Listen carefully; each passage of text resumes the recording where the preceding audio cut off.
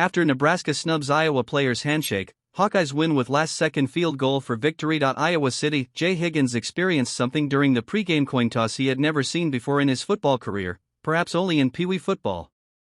"They didn't extend their hands," said Higgins, one of Iowa's 4 captains. "That was a little weird." The Iowa captains approached with hands outstretched for handshakes, but Nebraska's captains remained still. Furthermore, Nebraska head coach Matt Rhule, according to Higgins, walked through the warm-up. After witnessing these moments, Higgins immediately knew what kind of game was ahead. "The first series, we were on their sideline, and I got a little close to their head coach," Higgins recalled. "I said, probably wasn't a good idea not to shake our hands. And he goes, 'Who are you?'" As Higgins told this story to reporters, he turned to teammate Nick Jackson and asked, "How many tackles do I have?" Jackson responded, "More than him." For those keeping count, Higgins now has 118 tackles this season. Iowa players were quick to highlight the contrasting approach of their own program under head coach Kirk Ferentz. Kirk Ferentz, would he ever do something like that?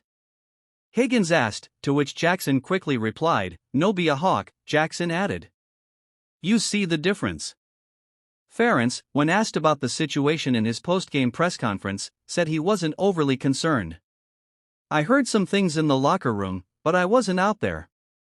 I didn't see it, so I can't really comment on it. There's certain pre-game etiquette most people follow, but again, I didn't see it." Ferentz also emphasized Higgins' tremendous integrity. "If Jay tells me something, I'm on board with it," he added. For much of Friday night, it seemed the Huskers' mental tactics weren't going to cost them.